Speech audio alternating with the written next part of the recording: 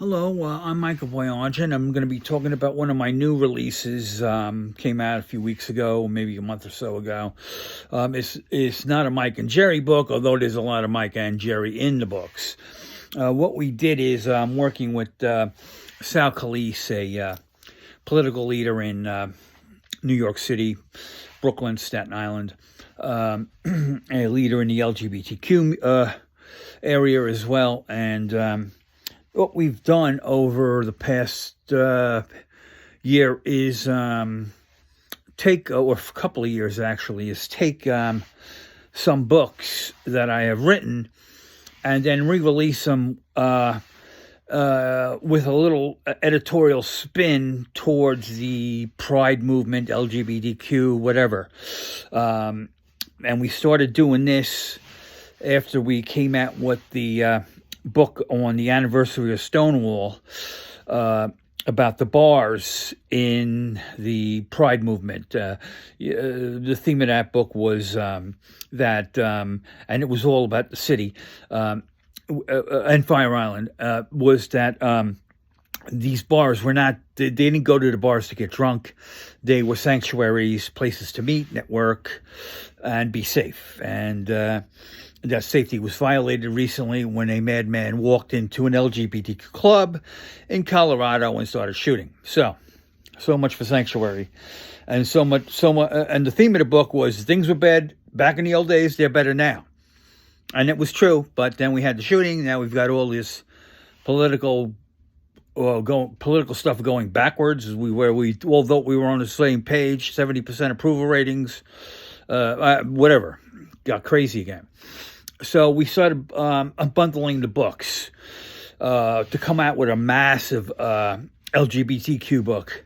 Again, I'm a straight ally, but and it's going to have to be a LGBTQ author that's going to write the real opus of the community, the history.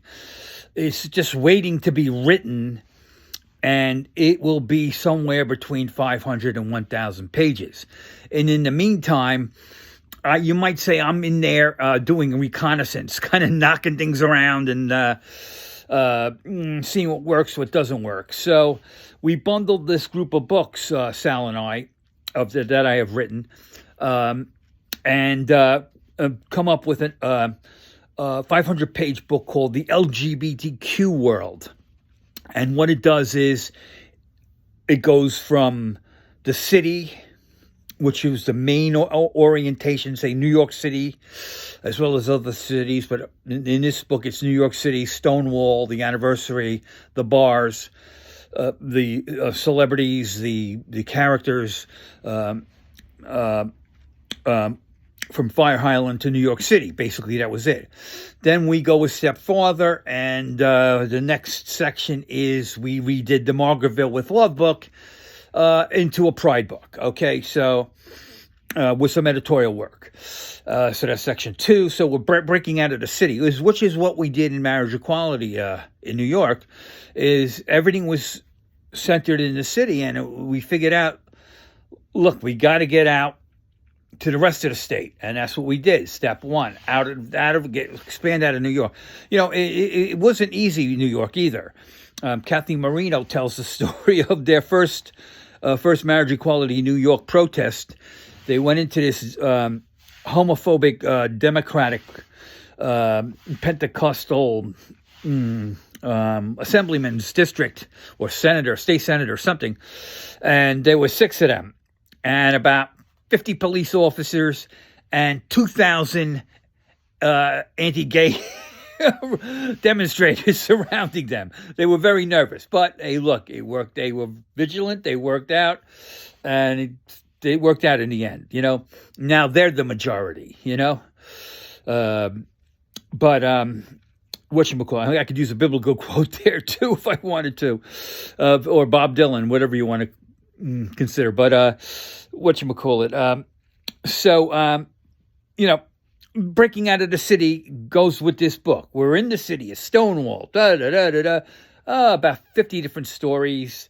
The cover is the famous picture of the not the new book, but the the Pride book of Stonewall, is the picture of the bartender with his hand over the bar, over the cup, meaning I won't serve you or I can't serve you, and all the LGBTQ people lined up on the bar, and it was illegal for them to be served a drink. And this is not too long ago either.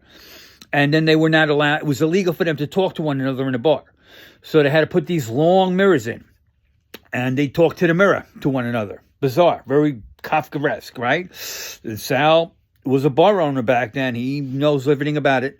They had to have side doors. In fact, they made it into a joke. Half the bars alluded to like a side door in the name of the bar. But it's not very funny, but it's looking back, it can be funny. But the basic premise was things were bad, now they're better. And again, now it's questionable, but they just passed President Biden signed off on the marriage equality law that's untouchable now. An untouchable right. Well, we'll see. So the next thing is Margaretville, which is in the Catskills. And, people are like, boy, you and your wife, your late wife, you really are really good friends of the LGBT community. And it's like, we don't think of that, like, hey, let's be friends with the LGBT. It's just a natural thing. We don't view people differently. And so we kept moving into LGBTQ areas like Brooklyn Heights and Margaretville and, so on and so forth. But, and again, half the time I didn't know they were LGBTQ areas. But anyhow, so we break out into Margaretville. And then what we do is take my first book, which was written in 2004, is now in its 5th edition. It's a landmark. Do a little bragging here on the Catskills, and the fact that it's in its 5th edition and was first published in 2004 and still in print, it says something. And we put out a Pride edition, and that spun it into this bundle here, so that only because that the Catskills are now becoming a LGBTQ mecca. Okay, the Catskills are gigantic. They're much bigger than, say, Greenwich Village or P-Town or Fire Island. It's a giant area, and the community is moving in big time into all areas of the Catskills, not just Sullivan County, not just Ulster County, not just Delaware County, which is where Margaretville is, not just Greene County up by Hunter. Or the whole region is all over, and it's endless the amount of room there is for the community to go in and have a good time, enjoy Mother Nature, get outside the city, refresh yourself, and they're being met with open arms. And even Bethel Woods, which was the site of the original 1969 Woodstock concert, is open arms. Come on in, and whatchamacallit. So that's what we're doing. We're bundling books, and we've gotten comments. One person saying, "Without love, there's hate." Okay, that's a very major statement there. Another person, social historian, said, "This is an opus." Yes, it may be an opus, but I'm telling you, it is not for me to make the LGBTQ opus. It's up to the community to do it.